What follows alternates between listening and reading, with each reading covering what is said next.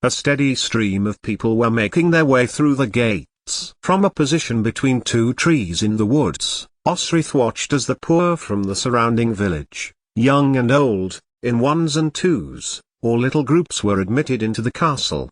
It had long been a custom that Christmas food was given to these people, and they would, in turn, offer blessings on their lord for his generous gift. Which king, Osrith did not know. Greogair had reported Domhnall's accession to the throne, and his coronation, yet he was Eochaid's kingmaker Giric, and his word was untrustworthy.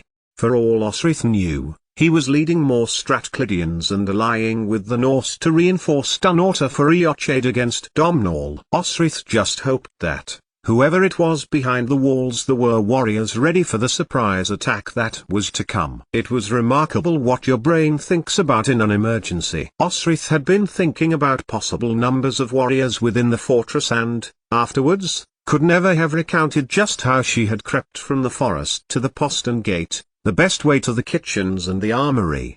Just as she twisted the latch, Osrith wondered whether, with the amount of people keen to bless their lord's generosity, Norsemen in disguise might easily have walked straight in. Osrith raked her fingers through her shoulder-length hair, dislodging twigs and leaves, massaging her scalp as she compelled her tired brain to work. And then, in the armor, she caught sight of her own reflection. Not much distinguished Osrith from those poor wretches coming to collect their best meal of the year. She knew exactly how to stand before the king. Joining the seemingly unending line of poor, Osrith stood behind a family of 5 and was immediately joined by an elderly couple. The old woman was being supported by her husband as snow flurries danced round them. Firewood, or a license to collect it, would be as valuable as food. And 1 or 2 people had emerged from Dunnottar with bundles wrapped up in thin wool blankets. She was hungry. Having eaten that morning, Osrith knew that it would not take much to convince anyone she was ravenous, and she shuffled further inside, past the huge, thick oak outer gates, past the inner gates and further along. Despite the cold, the main distribution of the food seemed to be put aside. Part of the courtyard had been covered with richly decorated cloth that Osrith recognized as having been in the throne room in King's time. Beneath it, many high-backed wooden chairs were arranged in a circle. Through the candles, which were lighting the passage, she could not make put who was sitting there, nor make out the guards, and Osrith fought to have patience and not blow her cover. A few more steps, and Osrith's heart began loosen. She recognized a few of the guards. They looked to be the same guards who had served. Yet this did not preclude Eochaid, for he may just have inherited the guards. But that face did. Right in the center of the seats, with another smaller face looking almost identical to the king, was Domhnall. His long limbs and long face, his black hair with his uncle's circlet atop, all told her so, and suddenly, Osrith felt her legs shake, her hips wobble, as the desire to run, to scream her happiness to her king felt overwhelming. Osrith felt an arm lift her up before she hit the floor. "Soon be there, laddie," the man's voice encouraged, smiling kindly at Osrith. "The king is in a good mood today. Tell them you have family too weak to join. You will, like as not, get a wood license." Osrith shook herself, blinking hard before turning to thank the man. Domhnall was there. She could tell him. As the line inched forward more, doubts became lodged in Osrith's mind. Would he be pleased to see her? Was she meant to have remained in Caerliglwyd? Yet, Greogair was with the Strathclyde Cymrians Norse, there, with Alba's enemy, not here supporting his lord, if Domhnall really was king. Moving further forward, Osrith's mind began to race. What should she do? 4 people, another would license ... 3.2. And there was Saenid. Stolid, reliable Saenid, face impassive. She needed to speak to Saenid. It began to snow. The family before her huddled closer together as the elderly couple in front of them shuddered before Domhnall, who beckoned behind him. The woman was sheltering in the man's arms, seemed poorly dressed, and a word to Constantine brought forth a cloak which Domhnall himself swung over the woman's shoulders. At that moment, Osrith ducked. She twisted behind the 2 younger children and was standing before the head of Domhnall's household guard. To his credit, Saenid did not express surprise. What he did do, having noted Osrith's dress and blade, was to grab around her arms and point his own sword at her throat. Osrith tried to struggle, but this only caused the man to grip her tighter, wrestling her away from the king and to a wall away from the proceedings. Efficient, deft, professional, reliable. Osrith knew she was right to trust in him. "Tell me your intentions towards the king," he hissed by her ear, blade on her skin. Osrith relaxed. "To save his life, Saynid," she replied. And the head of Domhnall's guard slowly lowered his knife. Osrith closed her eyes, relief coursing through her. "To save Domhnall Mac Corstin's life." 8,888,888. 8. Saynid took Osrith across the courtyard, arms screwed behind her back. To look as if she was being apprehended was indeed the best way. Osrith forced herself not to look attacked. As they passed the king, Domhnall was still issuing gifts to his subjects had not turned. If she did, Osrith knew she would run to him, and this would risk Domhnall's anger. Then her news of impending danger would be lost, and so might he. But she did turn, as they reached Tchgard's room and saw Fergus's flame-red hair glowing in the snow light. Osrith's heart picked up the pace as she glimpsed Tagd's head,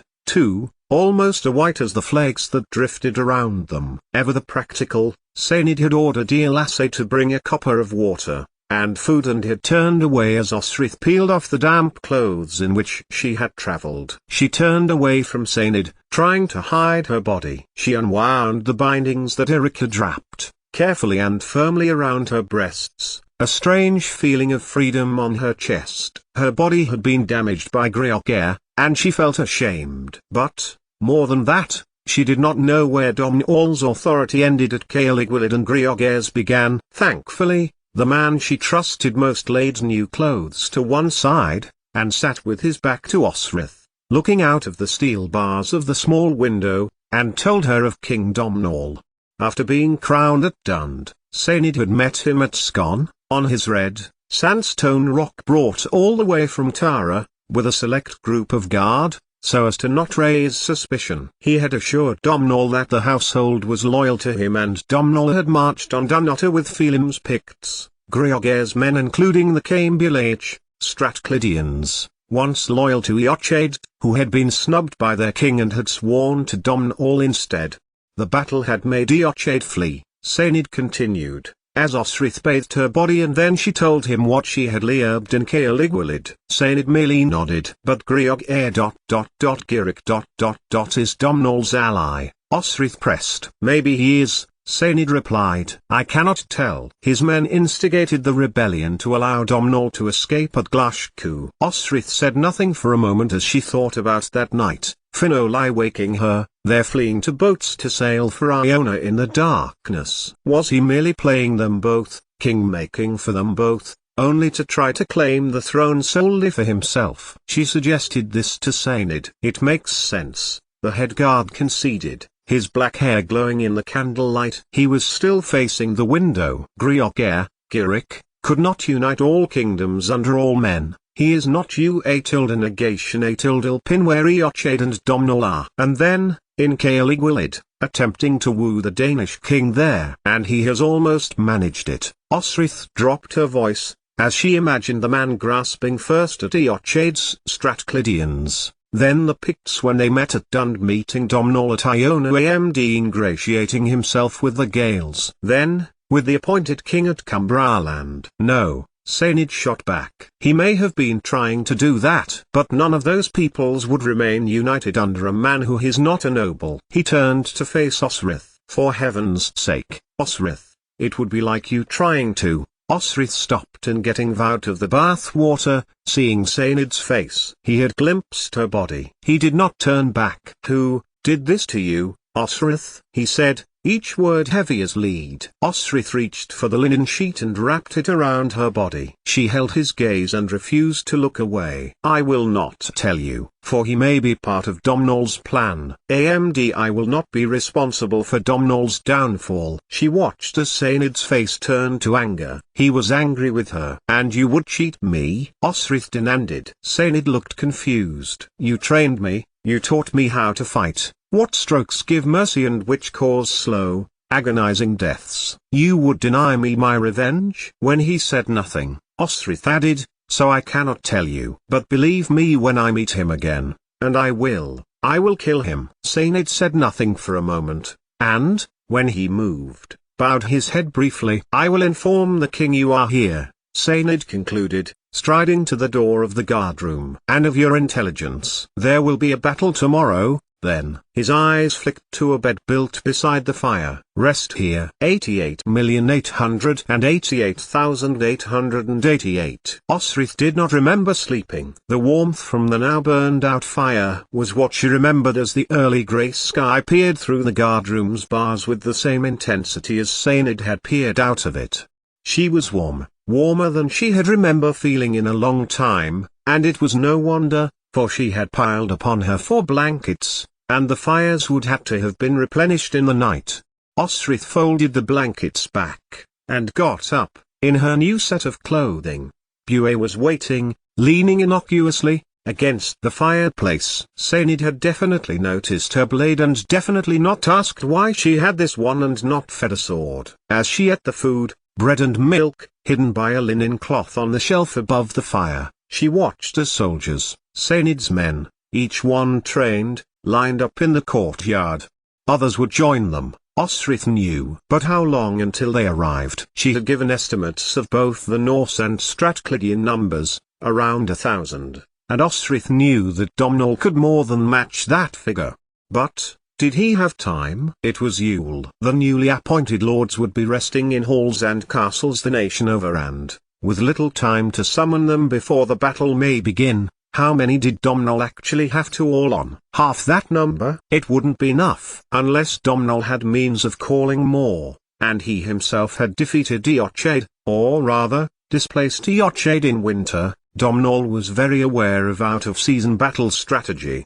And, what of herself? Would she go out into the courtyard to be amongst Sainid's men? In theory, her marriage was meant to bring Guthred's men in an alliance to Domhnall. One of her was not the same as an army of Cumbraland fighters. So she watched the army leave the courtyard, no doubt to wait for battle. If Osrith were to guess Sainid's strategy, he would hide the men, to increase confusion within the Norse and Griocare, for though they knew she was heading Dunnottar, there was no telling if she had actually reached the fortress. It was what she would do, if she were in charge. Waiting in the guardroom was not Osrith's style, however, and she soon left the warm room after making the bed. Sainid's bed, Osrith reckoned, but the chief warrior to Domhnall had not slept there that night, and stepped into the chill morning. Few people were around, so Osrith decided to walk within the grounds, which felt stupid, but she could hardly burst into the throne room with a flourish and announce she was back. But, it was too much. Too many decisions were being made around Osrith. She could see securities being made around the inner palace by way of iron fittings and oak boards. Servants were being ushered indoors and the animals being locked away. If it had been up to her, if cunning by means of surprising the enemy due to lack of numbers was Domhnall's or Sainid's plan, leaving as much normal activity going on was vital, the castle should be seen to be operating as normal. A deserted castle was an obvious giveaway. The tower beside the kitchens, however, had not been boarded. The gap which led up on the outside of the brickwork was still open. Osrith had climbed up between the inner and outer walls more times than she could remember when she was living at the fortress, when she would hide from Constantine, and she slipped inside now, and ascended, a foot on each wall, inching up until she was at the very top. The effort was always worth it, for she could see a lot up there. Much better. Down in the second courtyard, beyond the guardroom, Osrith could see Sainid's, Domhnall's, army. It looked as if its numbers had increased, and Osrith wondered who had joined them. People from the town, perhaps. Behind her, the Forth River flowed, and on the southern bank the eminent and formidable monastery of Culdees stood, its inhabitants just about within Osrith's vision. The monks would fight with Domhnall, she supposed. The cold, winter's wind whipped past her head as Osrith turned to look the other way. It was there, in the forests to the north and to the west, that the Strathclydians must have slept that night, and the Norse too. Assuming Domhnall now knew that the Norse posed a threat, he should also surmise that, though they may have sworn allegiance to Eochaid, Eric and Siegfried would as easily renege on the pledge if it looked as if Domhnall's cousin was losing. And, why ever not? Eric would say. What can they do about it? Why ever not? As she watched the horizons, Osrith could see that men were coming to Dunnottar. Slowly, throughout the morning armies came to the fortress, and she saw them approach, stop, get escorted in, and add themselves to Domhnall's men.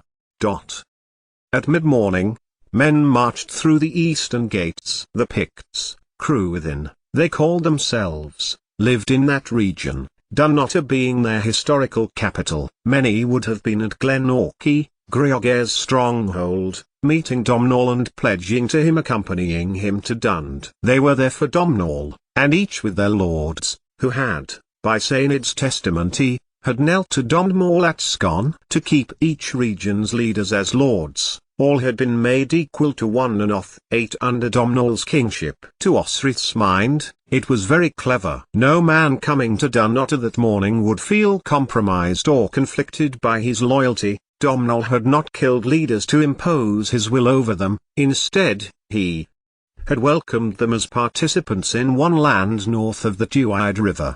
Osrith looked over the battlement, following a group of warriors along a path through the moorland. As she watched, they neared, but the gates were closed, and though they banged on the east gate, she looked further, and realized this group had been turned away, and were now standing around outside the fortress. And, what would she do? Would she go back to the guardroom, or would she dress for battle and fight? For Osrith, there was no choice. She was here for no other reason than Domhnall. Well, one other, perhaps even two. The courtyard was now deserted as she crossed the muddy cobbles. Back to the guardroom, fine armor. Get someone to help her with it. And when she did find it, Osrith had difficulty finding it to fit, let alone to fasten. Osrith put it all down with a clatter on the floor before whipping off her shirt. Of course, she had arrived at Dunnottar as a 12-year-old fought in Constantine's armor, had barely any time to find anything to wear at Dóigr or Caerleiguilid. Eric's suggestion of bindings was very practical,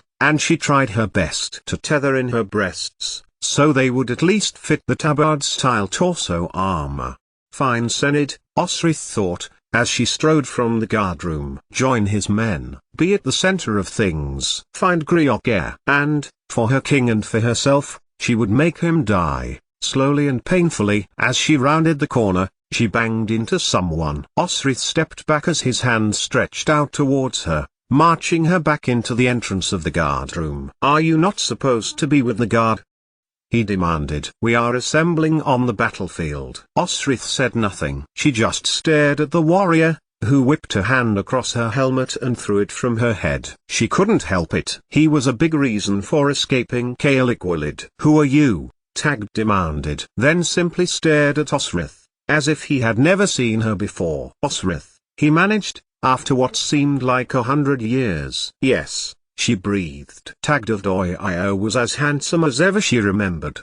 His hair, pulled back for battle, emphasized his face, his cheekbones, his bright blue eyes. Osrith's husband. You're here. Don't you know? Osrith wanted to ask. What did Saenid say to Domhnall? What had Greogair told you to get you to leave? The truth. You left Caerleiguilid. Osrith replied. I have been with the king since Christmas. Saenid made no mention of you. He did make mention of a Strathclydian Norse army. Not mentioned her to Domhnall. The king did not know Osrith was at Dunnottar. And, at that moment, Osrith felt herself smiling, broadly and joyfully. The king! She exclaimed. Domhnall's the king? We were told to return to him. Tag answered Osrith's question before she had even found the words. You were to be left behind to complete work for Domhnall. Well, if the king decreed it, I did not fulfill it, Osrith replied, watching his features, waiting for his expression to tell her Domhnall had intended her to marry Guthard, or that Tag knew. I left, in a manner of speaking. To Osrith's amazement, Tag smiled abroad, and he placed his hands on her forearms. She smiled back, her pleasure at seeing the warrior again, who she had known since she had got to Dunnottar, had fought shoulder to shoulder unquestioningly, as they did their jobs, as they fought and Domhnall's enemies. Osrith remembered the tall, blonde-haired warrior, having crept into Gormlath's affections and into her bed at Ardmaka, chancing on him one night, trousers down in the stables at Doio, working himself into bodily exhaustion after the news the princess had been betrothed. Then, as they had travelled to Tara, to Muir's wedding, to the appointment of the next High King, Tagged had chosen to speak the hand fast, just at that moment, with Neil Glunjub on his shoulders. I will be your fear as wed ... until harvest next, be only in your thoughts, only in your heart and only a hand away. ... And Osrith had promised to be his bean as wed. It had taken for them to be on the mission to Cumbraland for Osrith to realize he was in her thought, and that he had been for a long time been in her heart. A geese, that was what it called a spiritual obligation. And, to who they had promised, the goddess, the land, the Morrigan. And, somehow, her heart and mind had followed her words, for Osrith loved Tagged of Doia from her very soul, with all her might. Osrith was aware this man was looking at her, and she pulled Tagged towards her, and saw the look of astonishment on his face. She felt light-headed, as though her feet weren't touching the floor. The world became ... simpler. It was tunnel, leading to the future. There was nothing to see but Tagged's cold face, nothing to hear but her own breathing, nothing to feel but the warmth of the sun on her hair. It wasn't the fiery globe of summer, but it was still much bigger than any bonfire could be. Where this takes me, I choose to go, Osrith told herself, letting the warmth of his lips, his hands, his body pour into her as she stood on tiptoe to reach him. It only lasted for a second, her mouth on his, but it could have been 1,000 years. Osrith then took a few steps back, breaking from his arms. She had told him, but he may not wish it. Harvest was a mere 8 months away, then their obligation, if it really existed at all, would be over. What Tagged did next surprised her. Osrith, he said quietly, his hands open towards her. From the day you defended Constantine when he hid in that boat, you were so determined. For me, my hand vows were, true. Thajalagammort, I love you. Then, we should. She replied, her sentence trailing off. For Guthard and her flight from Caeligwylid were far from her mind. Yet one concern, locked away within her, was coming to her foremind. But, before she could finish, Tagged pulled Osrith to him, his strong arms enclosing around her, his lips on hers, kissing her hard, kissing her for such a long time she wondered why it was light when surely the rest of the day had just passed by. I can't believe you are here, Tagged whispered by her ear. Are you wed? Only to you. It is that which saved me. Tagged looked at her carefully, an expression a mixture of incredulity and amazement. It bought me time, Osrith added, then the words tumbled out. They demanded I fight for my freedom against a captured Norse warlord. I won, they imprisoned us both. And then an angel came. An angel? Tagged frowned. But Osrith could not keep from smiling. Who is the one person that made us whole? Made us for complete. ... Finoli. The astonishment in Tagged's voice made Osrith beam. He is safe, he is well. And he freed us before ... anything happened. Tagged looked at her, in silence. He is well, Tagged, Osrith reiterated. He pulled her close, one soldier to another, relief in his grasp that their comrade in arms lived. I knew, in my heart, he lived, Tagged breathed, the first he had ever said of Finoli since he had disappeared at Team Reach. He escaped the Slavers, then. Osrith drew away. He knew. Domnall and Flancina plotted together, Osrith told him. To purify the throne of all Alba of Sin, to get rid of Domnall's sister, Ethne, Flan's first wife. Tagged nodded. And me, Osrith cautioned. You? Do you not think I am a burden, an inconvenience? I am not truly a warrior, in his eyes, I am not Gaelish, nor a man. And Constantine is too attentive. So, marry me off to the king of Cumbraland, the puppet king of Dyria, so I may be a useful pawn. She watched Tagged's face as she spoke, and anger grew in her stomach. He knew of the arrangement made to gift her to Guthard. Fergus would have too, and neither had tried to come back for her. Then it cooled. Even though she had tried, Osrith couldn't even feel angry at Domnall. That is, if it wasn't just Greoger's idea on his own.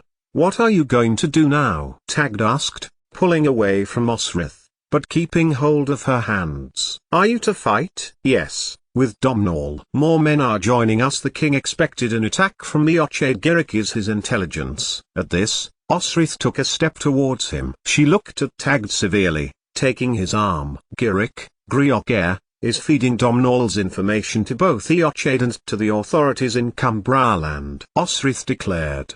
Outraged, he was speaking in confidence to the abbot and made it clear he sought the throne for himself. "Then we must tell Domhnall." Tagd turned to go, but Osrith put a hand on his shoulder. "I have, already," Saynid. And then Tagd took her up in his arms, and held her. It felt good, very good, and Osrith's heart glowed. "Tagd, I want to be with you, I want us to be married, to you for my life." Her face was earnest, hopeful, waiting. He pushed her away. But it was not rejection. Tagd was looking into her eyes. "Truly, I will give up being a warrior, should you wish it," Osrith added. It was a huge concession. But Tagd laughed. "Never. You would never give up being a warrior, it is in your heart." "Osrith," he said again, much more softly this time, his lips gentle now as he pressed his to hers once more. Life with Tagd would make life much better than life without him. Osrith knew he loved her now, and would love with all his heart this infant growing mightily inside her. Constantines. It could only be Constantines,